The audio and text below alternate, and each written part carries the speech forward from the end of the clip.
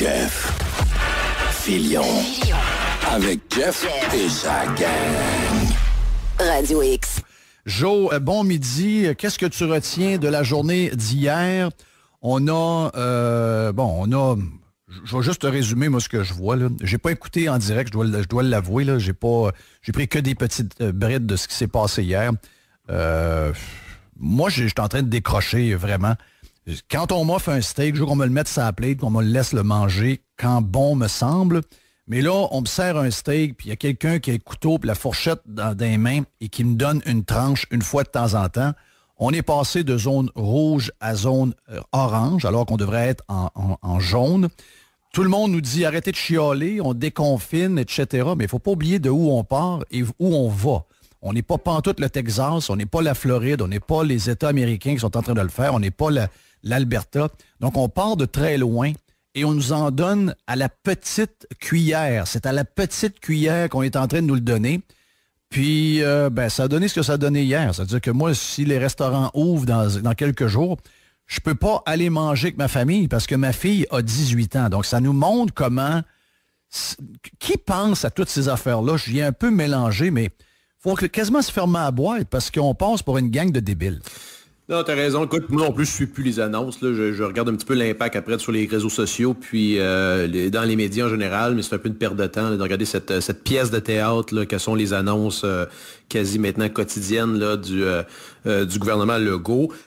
Écoute, hier, je pense que la bonne nouvelle, il y en a une, c'est qu'on voit que le gouvernement réagit à la pression populaire parce que c'est purement un braquage par rapport à beaucoup la mobilisation que par rapport au sport. On voit qu'il commence à avoir des personnalités majeures, surtout du domaine du sport professionnel, qui commencent à se mobiliser pour la réouverture des sports et cette espèce de retour en arrière, de braquage du gouvernement Legault, c'est directement attribuable à ça. Ça, il ne faut pas se le cacher.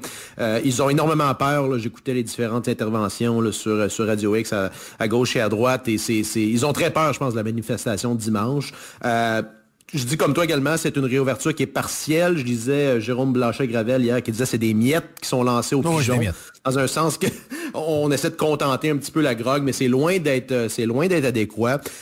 Faut pas tomber. Hier, je répondais à Pascal Bérubé sur Twitter qui fait partie un des partis d'opposition du PQ. Il disait hey, mais on serait pas supposé d'être orange là. Lui, je pense qu'il est en Gaspésie. On serait supposé d'être jaune. Là, faut pas que vous tombiez dans le piège du code de couleur. Le code de couleur, là, en passant, le gouvernement s'est totalement discrédité avec ça. Les règles changent constamment. C'est comme si on démarrait une partie d'échecs puis on changeait là, ce que les pions font au milieu de la game. Ça n'a aucun sens. Donc, il n'y a aucun compromis à faire maintenant. Là, avec le contexte qui est en train de changer, il faut viser pour une réouverture complète. Là, il faut pas se contenter de miettes. Particulièrement, les partis d'opposition devraient commencer à faire de la vraie politique et demander la réouverture. Le seul qui le fait encore, puis je pense que tu vas y parler tantôt, c'est Éric Duhaime. Je te dirais qu'il commence à inquiéter pas mal. Là. J'entends pas mal de bruit de coulisses au niveau de la CAQ et ça commence à inquiéter pas mal le fait qu'il commence à ramasser les appuis. Et il y a juste... C'est assez drôle parce qu'il y a juste, dans le fond, à promettre un retour à la normale. Il n'y a pas à promettre la Lune ou des trucs invraisemblables. Il y a juste à promettre le retour à la normale. Et ça, c'est intéressant, la dynamique qui est en train de se passer. J'espère de voir là, une bonne participation dimanche à la manifestation. Les gens ne sont pas satisfaits. Là. Écoute, je suis 100% avec tout ce que tu viens de dire. Vraiment. Parce que moi, j'avais pas la tête à ça hier. J'avais la tête ailleurs, faire d'autres choses. Puis j'ai complètement oublié. C'est ma blonde qui me criait à 7 heures. J'étais dans le coin. Elle disait, tu veux manger à quelle heure de telle chose? Là, mon Dieu, il est 7 heures. Donc, je savais que j'avais manqué, mais je les écoute pas non plus, les points de presse. Puis on prend les vidéos qui circulent sur Twitter, puis on en a assez. Mais de ce que j'ai pu entendre sur les petits bouts qui ont été présentés ici et là, c'est toute la différence du monde. Et je pense que ça explique beaucoup de complications dans ce que nous sommes comme peuple. Nous sommes devenus dysfonctionnels à tous les niveaux. Je m'explique, c'est que pourquoi c'est le bordel dans les CHSLD comme ça l'a été? Pourquoi, après, même pas 1500 gens malades 150 personnes aux soins intensifs, notre système de santé était sur le bord de craquer. Comment se fait-il qu'on est obligé d'ouvrir les fenêtres dans les classes des enfants au primaire et au secondaire alors qu'il fait moins 20 dehors pour qu'il y ait un semblant d'air qui circule dans les écoles, alors qu'on sait depuis toujours que ces écoles-là sont désuètes, sont bourrées de champignons, etc., que l'air est vicié? Comment se fait-il qu'on est devenu si compliqué à se gérer soi-même?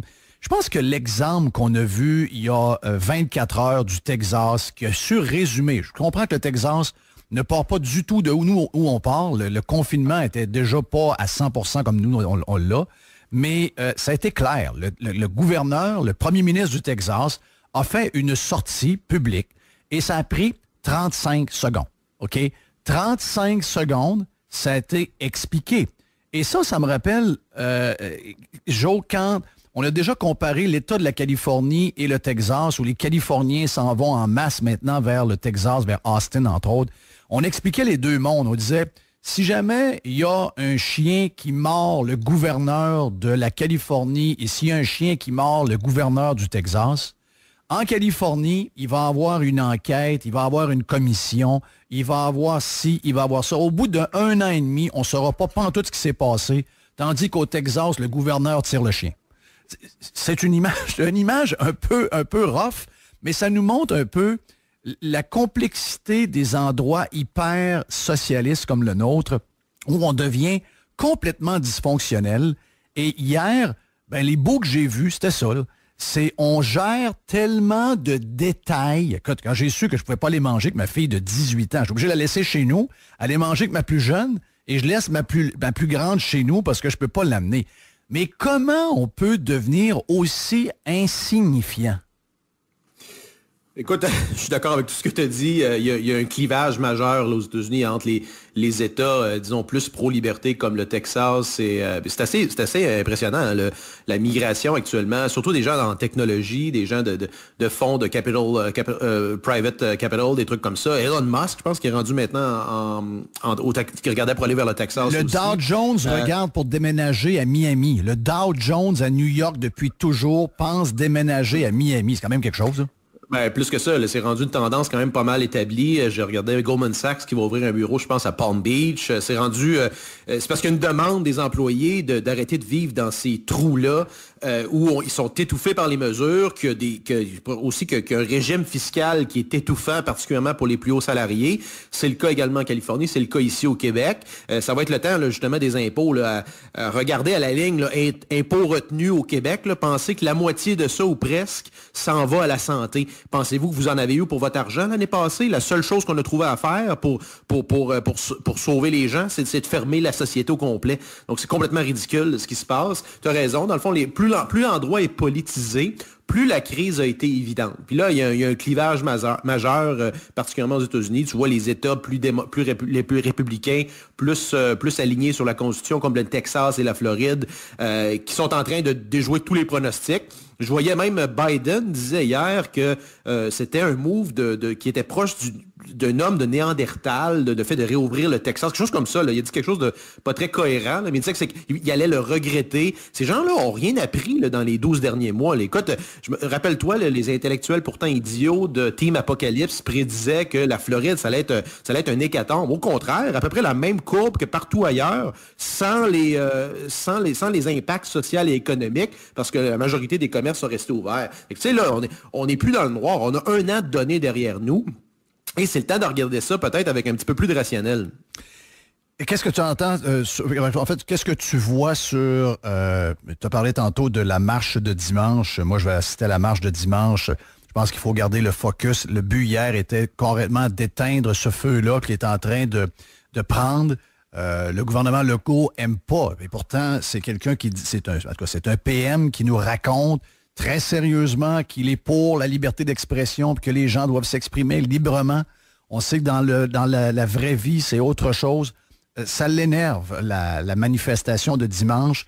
Donc, on a essayé d'acheter un peu les sportifs. Les gens de Québécois et de TVA, LCN ont mordu, semblent être à parler à des... Ouais, mais là, ce que vous avez demandé, là, il y aura un processus de déconfiner les sports, etc. Pour l'instant, moi, mes filles ne font pas leur sport.